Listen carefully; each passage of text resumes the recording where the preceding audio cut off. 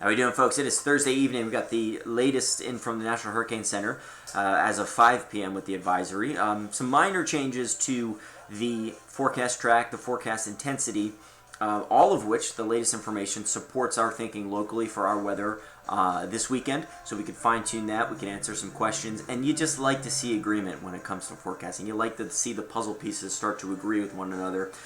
So our confidence is growing in our forecast as well. So interacting with the mountainous terrains of Dominican Republic and Haiti, this will soon exit the mountains there, and then once it gets into the waterways between the Bahamas, it's going to pick up speed, it's going to pick up momentum, and pick up intensity. So it is expected to strengthen, supporting the idea it becomes a Category 1 hurricane, but the shift in the track is a little bit further to the east, so we've started to see this trend through the day today. We like that trend. I like a storm that stays offshore of the state, but that being said, there will still be some impacts for Florida. As early as Saturday, there are some tropical storm watches in place for southeastern parts of Florida, but for us locally, this forecast track supports our weekend with just some of those coastal showers and a blustery breeze on Sunday. So we'll get to it in just a bit. We got the tropical storm warnings for the Bahamas, and then the tropical storm watch, which is what's newly issued for the southeastern coast of Florida, pretty much from the northern Keys to Sebastian Inlet. That's for Saturday. Now here's a good picture that helps portray the worst of this system's impacts to be offshore, right? To be out towards the east. This is the probability of sustained tropical storm force winds. So sustained is not a gust, is not like that big burst of wind you see in a summertime thunderstorm. It's just a constant wind. Most of it offshore. So this supports the idea that the worst of the storm's weather likely going to be offshore to the east. So for us, let's put it together. We get a blustery day on Sunday. We'll get some sun. There will be some sun in between the clouds. I think we see more clouds than sunshine, but it's just a blustery day Sunday. Solid onshore breeze, gusts to about 35, maybe 40, and just expect some coastal showers to be working onshore.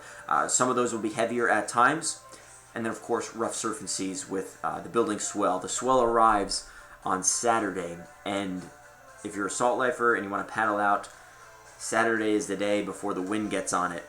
Get out there early and enjoy. The rough surf and seas is going to be with us through the weekend, though. So just do be careful, swim near a lifeguard. Rip current's going to be out and about as well. Now, the weekend forecast still doesn't look all that bad. I mean, it's hot. It gets pretty steamy on Friday and Saturday. We heat up to the mid-90s both days and really drop our rain chances each day or so. So really only isolated shower or thunderstorm on Friday.